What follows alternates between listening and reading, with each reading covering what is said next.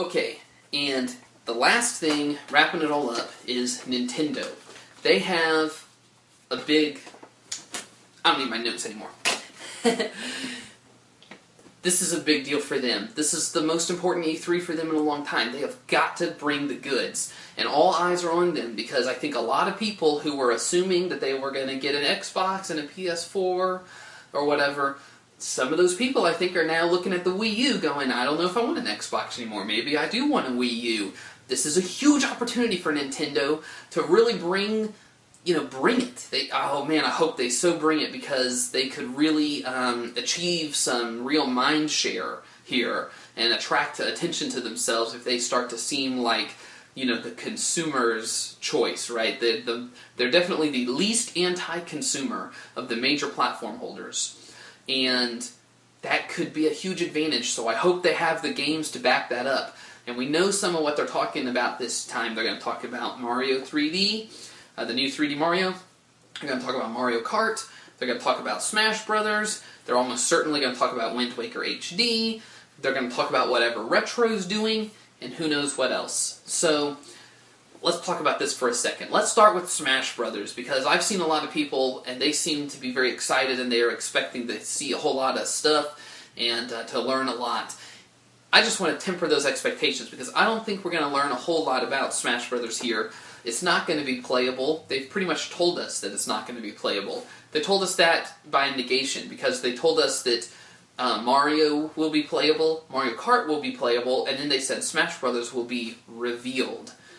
And that wording obviously means that it's not playable, or they would have included it with the other playable games that they were talking about. And, it's going to be a video. It's going to be some screenshots and a video, and that's it. So, that game's not coming out till 2014, I guarantee it. So, just temper your expectations there, so everyone's not too disappointed. As far as Mario Kart, I really don't know what to think, so, I'm sure it'll be another Mario Kart, mainly. And I don't really have any ideas about what that form that could take. But I have been thinking about a 3D Mario game. And the first thing I gotta say is, props to Nintendo World Report and Radio Free Nintendo, a great podcast they do, because one of the guys on their podcast brought up the idea that what if it was a return to the world of Super Mario Bros. 2, the USA version, in Japan called Doki Doki Panic. That would be fascinating because they've never gone back to that world, so it would simultaneously be familiar, for the longtime fans, but not so established that the developers have their hands tied as far as what they can do. And I started thinking about how, you could actually do something pretty cool with that. You could use the gamepad to, look as a window into subspace, or something like that. You could be going through your 3D world, and you see platforms that lead up to a top of a structure, and you say, that looks like that goes somewhere, but nothing's up there. Wait a minute. Let's look into subspace, and you look into subspace and you see through the gamepad that there's something up there, but now you got to find the door. So it's like you got to find the closest door into subspace and then platform your way back to, I don't know. You see what I'm talking about. Could be really interesting. But, so that's an interesting idea, but I had been thinking about something else. I'd been thinking about what if it was an open world game. I'd like to see Nintendo's take on an open world game. They've never done, as a first-party studio, a truly open world game, and it would be fascinating to do it with Mario. Because in a way, Zelda seems like the obvious choice for an open world game. So, it'd be interesting to see if they didn't do it with Zelda and they did it with Mario first. And I started thinking about how you could do it, and it all came to me pretty readily, actually. It's pretty easy to see how you could do it. You think about a game like Mario World, where they go to this place, Dinosaur Island, and you navigate this map. Just imagine if that map was actually your 3D environment, and you had the platform through sections of it, that form effectively the different levels, the different kind of routes through the island, that lead you to castles, these little fortresses up on the top of, mountains or way down in canyons and things like that, and you platform your way and you go through these fortresses and defeat the Koopa Kids, and you get a key or something, and there's a section of the island that's walled off, and there's a great gate with 7 keyholes, and you defeat the Koopa Kids, and you take the keyholes, and you unlock all the gates, and go into the section of the island that Bowser controls or whatever. Easy to see how you could do that, and then I started thinking, you could give the full GTA treatment. There could be like a little town with toads in it that you can go around in. There could be mini games, and the mini games could be all the Mario sports games they already do. So like there could be a golf course and you play Mario Golf on the golf course, and there could be a tennis court and you play Mario Tennis on the tennis court. That would be fascinating. And I even started thinking, you could even get like a go-kart in order to travel quickly across the world. So it's like Mario Kart. What if they did all of that? It'd be amazing. So that got me excited thinking about that, but then I thought, that's probably not going to happen, and that's a way too left field. Actually, the same people who made Mario 3D Land are making this game, and so you can look to Mario 3D Land in order to see the direction that this is going to take, I think, because Mario 3D Land is a game with short courses and kind of a focus on that.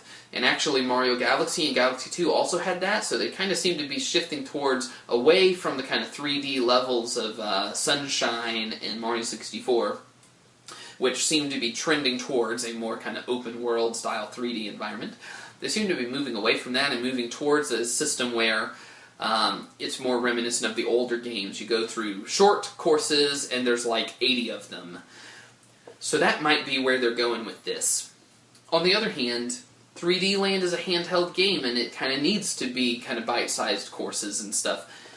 This is a home game, and they got to do something with the gamepad and all of that. If it was a big environment, you could put a map on there. That would be an obvious use of the gamepad. I don't know. I don't know. I have no idea. But I hope it's... at any rate, my hope is that it's a little bit more like 64 or Sunshine, and that it has a sort of full 3D kind of feel, like it plops you in a 3D level, and you go through this whole environment. Because I'd like them to return to that. They haven't done that in 6 years now or whatever, and it'd be nice to see that again. So that's what I'm hoping for from the 3D Mario game. What else are we going to hear about? We might hear about X, that amazing-looking RPG that Monolith Soft is maybe working on, or they're working on it. I'd really like to hear more about that. I wonder how far along that is. Again, Xenoblade, we think of that as a game that came out not that long ago, but not in Japan. In Japan, that game came out like 5 years ago or something insane like that. It wasn't that long, I guess, but seriously, it was like 3 or 4 years ago. So, they've been working on something for a while. So it's not impossible that X game is pretty far along. They might be ready to show more of that, and that would get people excited. That looked amazing. But most of all, what we know they have to reveal is whatever Retro is working on. They have got to show us what Retro's been working on, and I think what Retro's been working on is Star Fox. I don't know why. That's just a feeling I have. It's got to, it might be another Metroid Prime. I don't think so. I just feel like they've already done that so much. That's just not that exciting to me anymore. Although it's good, but it's not that interesting. But it's not something totally out of left field. It's not a new IP or something like that, because Retro says that it's, quote, something that the fans have been clamoring for, or something like that. Something everyone wants us to do. That's what someone at Retro said. Makes me think Star Fox, because I know a lot of people have talked in the past about how great they would be at Star Fox. And they're the new Rare, and Rare did Star Fox. So Retro should do Star Fox. Rare did Donkey Kong, Retro did Donkey Kong. Rare did Star Fox, Retro should do Star Fox. I think they could do a good Star Fox, and Star Fox needs to come back. It's time for it to come back. And Shigeru Miyamoto has even said something kind of to that effect, that he'd like to see a new Star Fox on this machine. So, Star Fox could be beautiful on the Wii U. Really, really beautiful. So, I hope that's what someone's working on, and I hope we see that. And I expect that probably that's what Retro's doing. And let me just say, you better stay inside your spaceship or something like that. Because if I have to go out on foot and do a bunch of dumb bullshit, I'll be annoyed. But, you know what? If it's Retro, what if you got out of your ship and it was first person? Like a first person shooter. That would be weird. But that would play to their strengths, and I don't know. I could almost picture that. And there was a rumor that it was some kind of Metroid Star Fox crossover. But what if that was like a misunderstanding? What if what they meant was we're taking some of the gameplay concepts of Metroid Prime and applying it to Star Fox? So it's like Metroid Prime was, formerly, a whole rethinking of what Metroid is. Something like that applied to Star Fox, where you have ship sections, but then you land your ship and it becomes a first-person shooter or something, a la Metroid Prime. So rather than a literal crossover, you see what I mean? I don't know, but at any rate, whatever Retro's doing, I'm sure it'll be great, because they are great, and they always nail it. And I've also been thinking that we might be due for a new F-Zero. And maybe that's what Retro's working on, because they did some of the track designs for Mario Kart 7, so they've worked in many different genres. They've done platformers, they've done shooters, they've done racing games. But at any rate, I think a new Star Fox, a new F-Zero, I think both of those were due, and we may hear about them at this E3. Anyway, this is what I'm looking forward to for E3.